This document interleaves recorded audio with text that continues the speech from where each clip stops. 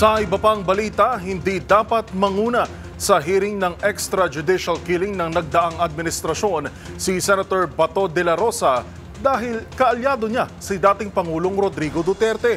Ayon kay Senate President Pro Tempore Jinggoy Estrada, hindi magiging katiwa-tiwala ang kalalabasan nito at makabubuti na magkaroon na lamang ng Committee of the Whole para pangunahan ang investigasyon.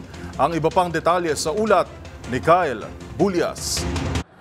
Posibleng magkaroon ng problema kung itutuloy ni Senator Ronald Bato de la Rosa ang bukod na investigasyon ng Senado sa issue ng war on drugs at extrajudicial killings sa nakaraang administrasyon. Yan ay dahil kaalyado ni De La Rosa si dating Pangulong Rodrigo Duterte at pareho silang idinidiin bilang mga arkitekto ng madugong war on drugs.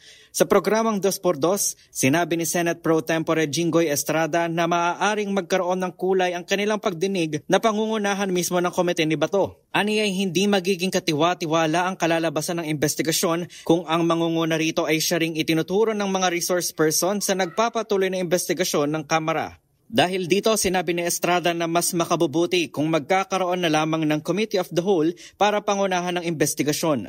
Kaya nga ang aking payo, ang aking advice, magkaroon lang ng lahat ng senador yun.